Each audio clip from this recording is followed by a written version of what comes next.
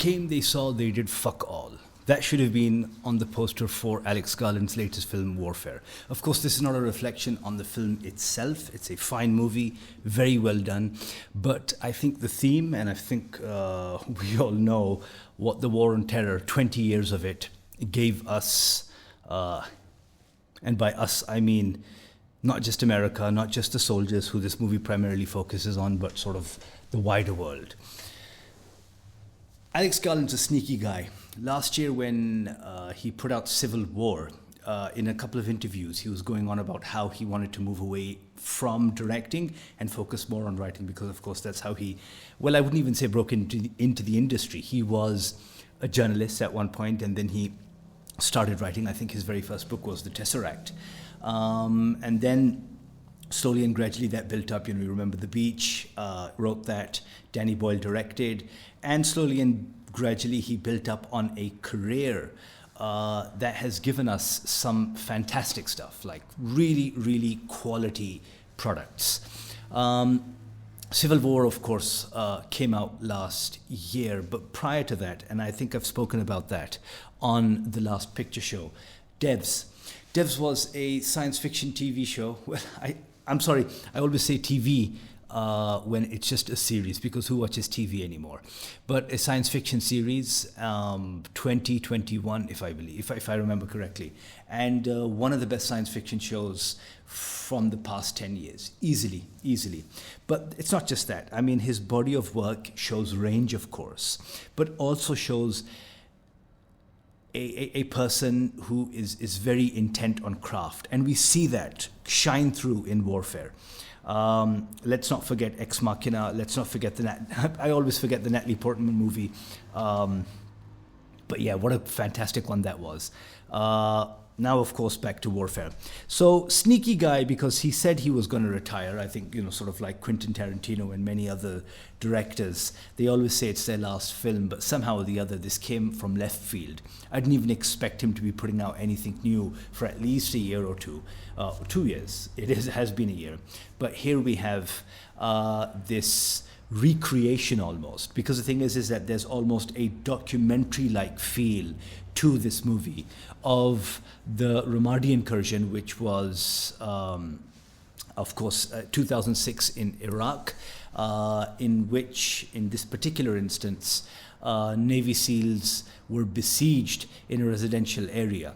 The film plays out in real time, and thanks to Ray Ramirez, if I'm getting his name right, who was on the ground, who was in this firefight, a Navy SEAL himself. He's co-director in this movie. And I think thanks in part to that, thanks in part to, I think, the technical advisors, and of course, Alex Garland's own abilities, it delivers a movie that is unflinching.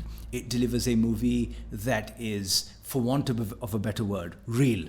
I mean, we've seen so many action movies, so many movies of trying to get as close as possible to that real feel of warfare. And this movie is it. Because if you're looking for a movie like Black Hawk Down, which I think are very similar circumstances, besieged American soldiers where they really shouldn't be, this is not it.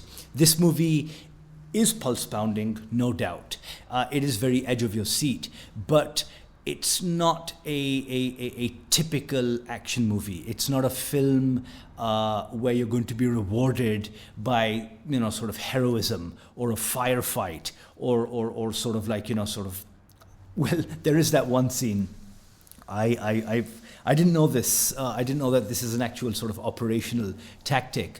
And of course, it's not a spoiler. Those, of course, who are in the military know that this is something that's done, but I did not know. And that's, of course, called a show of force, which is having a plane, like, sort of a fighter jet, fly really close to the ground.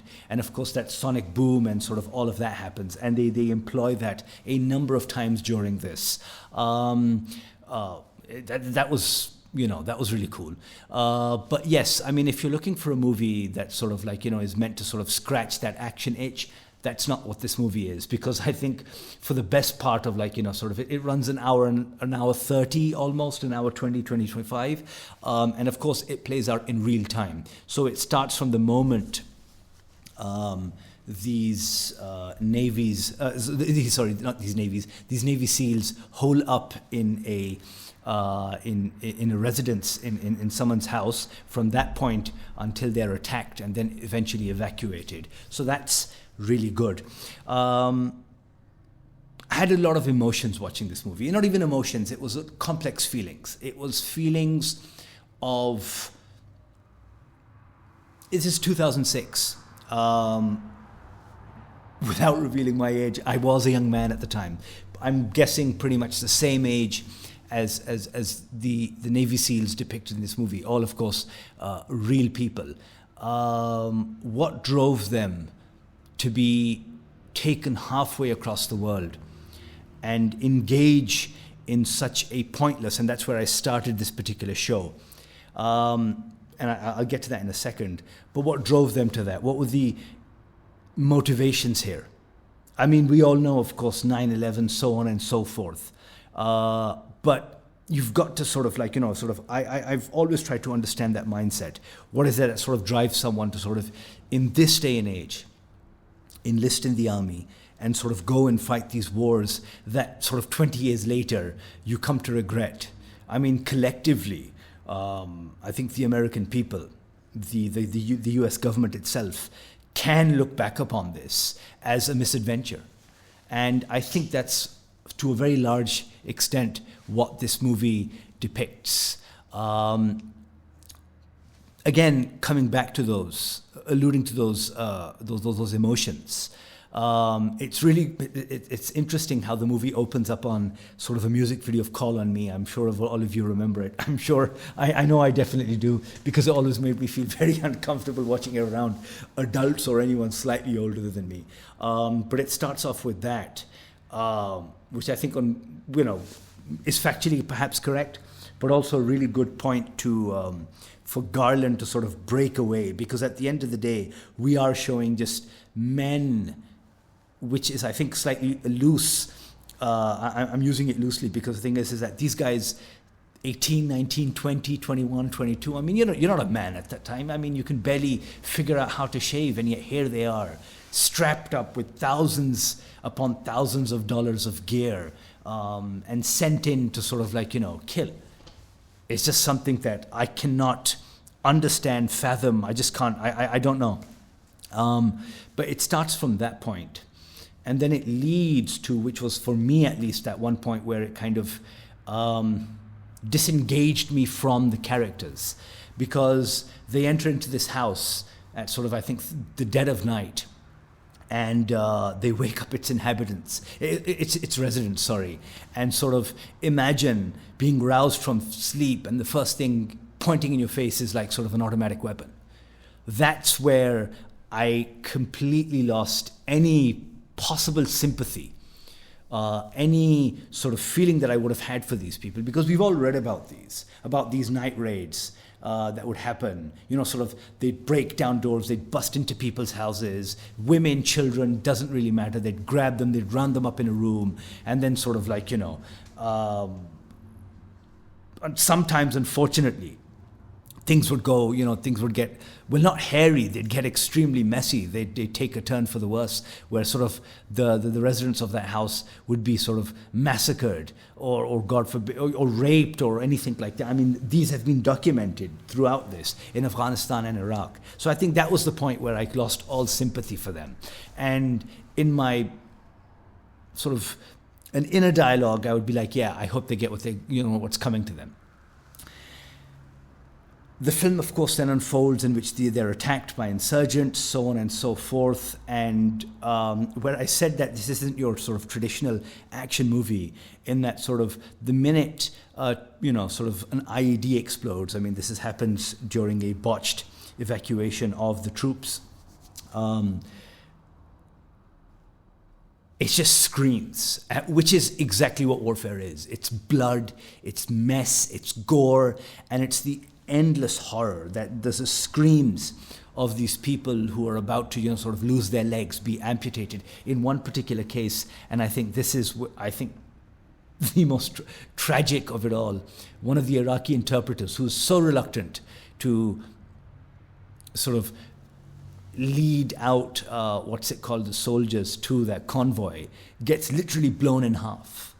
And I don't know, I think, and then he's just left there in the street to rot like anything. And it's so interesting how the troops, how the SEALs are so intent on recovering their gear, and after the explosion, a lot of their stuff, like a sledgehammer, is left out on the road. And yet this Iraqi, the interpreter, sort of his decapitated body is just left out there.